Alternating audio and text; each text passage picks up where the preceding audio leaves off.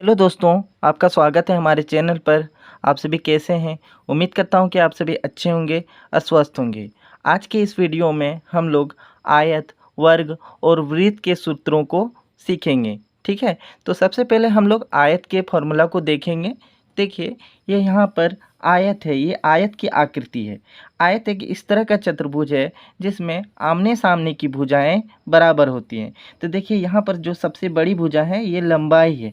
ठीक है, तो लंबाई के सामने वाली भुजा ये भी लंबाई है। ठीक है, जबकि छोटी भुजा ये चौड़ाई है। चौड़ाई को बी से डिनोट करते हैं, तो इसकी भी सामने की भुजाएं ये चौड़ाई होंगी। ठीक है, ये और ये चौड़ाई है, जबकि लंबाई ए डी और बी सी यहाँ पर है। ठीक है, तो और यहाँ पर देखिए एक लाइन खींची गई है ए से लेकर सी तक। यह विकर्ण है। विकर्ण को डी से डिनोट करते हैं। ठीक है, डी से डिनोट करते हैं, ऐसा इसलिए क्योंकि इंग्लिश में डायगोनल कहते हैं। तो आयत में दो विकर्ण होती है, एक तो विकर्ण ये है और दूसरा विकर्ण हम यहाँ पर खींच रहे हैं, ये दूसरा विकर्ण है। ठीक है, तो आयत में दो विकर्ण होती है। ठीक है, एक ये विकर्ण और दूसरा इधर से। ठीक है, अब यहाँ देखिए आयत जिसे इंग्लिश में रेक्टेंगल कहते हैं। ठीक है, तो यहाँ एल एल से लंबाई होती है। लंबाई को इंग्लिश में लेंथ कहते हैं, इसीलिए लेंथ को यहाँ लंबाई को एल से डिनोट किया गया। अब देखिए यहाँ पर बी बी बराबर यहाँ चौड़ाई होती है। चौड़ाई को इंग्लिश में ब्रेथ कहते हैं, इसलिए चौड़ाई को बी से डिनोट किया जाता है। ठीक है, अब आयत का क्षेत्रफल की बात करें तो आयत का क्षेत्रफल का फॉर्मूला जो होती है वह होती है लंबाई गुना चौड़ाई। ठीक है, और आयत का क्षेत्रफल को इंग्लिश में एरिया ऑफ ए रेक्टेंगल कहते हैं। ठीक है, अब उसके बाद दूसरा यहाँ पर देखिए आयत का परिमाप। आयत का परिमाप जिसका फॉर्मूला होती है 2 गुना लंबाई जोड़ चौड़ाई, और यहाँ ब्रैकेट लगा देंगे, इस जगह पर गुना है। ठीक है, और आयत का परिमाप को इंग्लिश में पेरीमीटर ऑफ ए रेक्टेंगल कहा जाता है।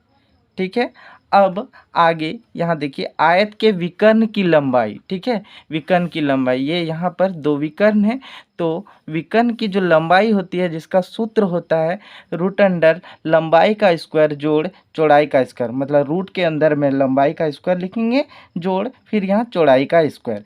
और आयत के विकर्ण की लंबाई को इंग्लिश में length of A diagonal of rectangle कहते हैं। ठीक है, ये तो आयत के सूत्र को हम लोग देख लिए। अब हम लोग वर्ग के सूत्र को देखेंगे। ठीक है, देखिए वर्ग की जो आकृति होगी कुछ इस प्रकार से। ठीक है, वर्ग एक इस तरह का चतुर्भुज है जिसमें चारों भुजाएं समान होती है। देखिए यहाँ पर चारों भुजाएं जो है 5 सेंटीमीटर करके हैं। ठीक है, चारों तरफ ये 5 सेंटीमीटर करके हैं। भुजा भुजा को इंग्लिश में ए से डिनोट करते हैं। यहाँ कितनी है भुजा, तो 5 सेंटीमीटर है। वर्ग की बात करें तो वर्ग में भी दो विकर्ण होती है। ठीक है, दो विकर्ण होती है, एक ए से सी तक ए सी विकर्ण, और दूसरा जो होगी वो बी डी। ठीक है, तो आयत जिस तरह से आयत में दो विकर्ण होती है उसी प्रकार से वर्ग में भी दो विकर्ण होती है। वर्ग को इंग्लिश में स्क्वायर कहते हैं। ठीक है, और भुजा की लंबाई को ए से डिनोट किया जाता है। ठीक है, यहाँ ए बराबर भुजा की लंबाई, और इसी को इंग्लिश में कहते हैं लेंथ ऑफ ए साइड। ठीक है, अब वर्ग का क्षेत्रफल की बात करें तो वर्ग का क्षेत्रफल का फॉर्मूला होता है भुजा स्क्वायर। ठीक है, ये भुजा स्क्वायर होती है। तो देखिए वर्ग को एक तो स्क्वायर कहते हैं, और यहाँ वर्ग का क्षेत्रफल को भुजा का स्क्वायर, मतलब यहाँ भुजा की यहाँ घात 2 लगाएंगे। ठीक है, तो वर्ग का क्षेत्रफल जिसे इंग्लिश में एरिया ऑफ ए स्क्वायर कहेंगे। ठीक है, अब वर्ग की परिमाप की बात करें तो वर्ग का परिमाप जिसका फॉर्मूला होती है 4 गुना भुजा। भुजा को ए से डिनोट किया गया इसलिए 4 गुना ए लिखें। इसी को इंग्लिश में पेरीमीटर ऑफ ए स्क्वायर कहेंगे। ठीक है, तो वर्ग के विकर्ण की लंबाई, ये विकर्ण जो है यहाँ पर दो विकर्ण है, तो किसी एक विकर्ण की लंबाई जिसका सूत्र होती है रूट अंडर 2 गुना ए। ठीक है, रूट के अंदर 2 गुना ए। ठीक है, ए यहाँ भुजा है। ठीक है, इसी को इंग्लिश में length of A diagonal of square कहेंगे। ठीक है, तो हम लोग वर्ग के फॉर्मूला को देख लिए। अब हम लोग वृत्त के फॉर्मूला को सीखेंगे। ठीक है, देखिए वृत्त की जो आकृति होगी कुछ इस प्रकार से। ठीक है, वृत्त को इंग्लिश में सर्कल कहते हैं। यहाँ पर जो केंद्र से लेकर यहाँ तक जो खींची गई रेखा है ये त्रिज्या, त्रिज्या को आर से डिनोट किया जाता है। त्रिज्या को आर से इसलिए डिनोट करते हैं क्योंकि त्रिज्या को इंग्लिश में रेडियस कहते हैं। ठीक है, वृत्त में ही सबसे इम्पोर्टेंट पार्ट है जानना पाई, इसको पाई कहा जाता है। ठीक है, पाई का जो वैल्यू होती है ना वो 22/7 होती है या 3.14 होती है। अधिकतर हम लोग 22/7 का ही प्रयोग करते हैं। जब क्वेश्चन में 3.14 लिखा रहता है तभी 3.14 का प्रयोग करेंगे, नहीं तो अगर कुछ भी नहीं लिखा है तो 22/7 ही पाई का मान लिखेंगे।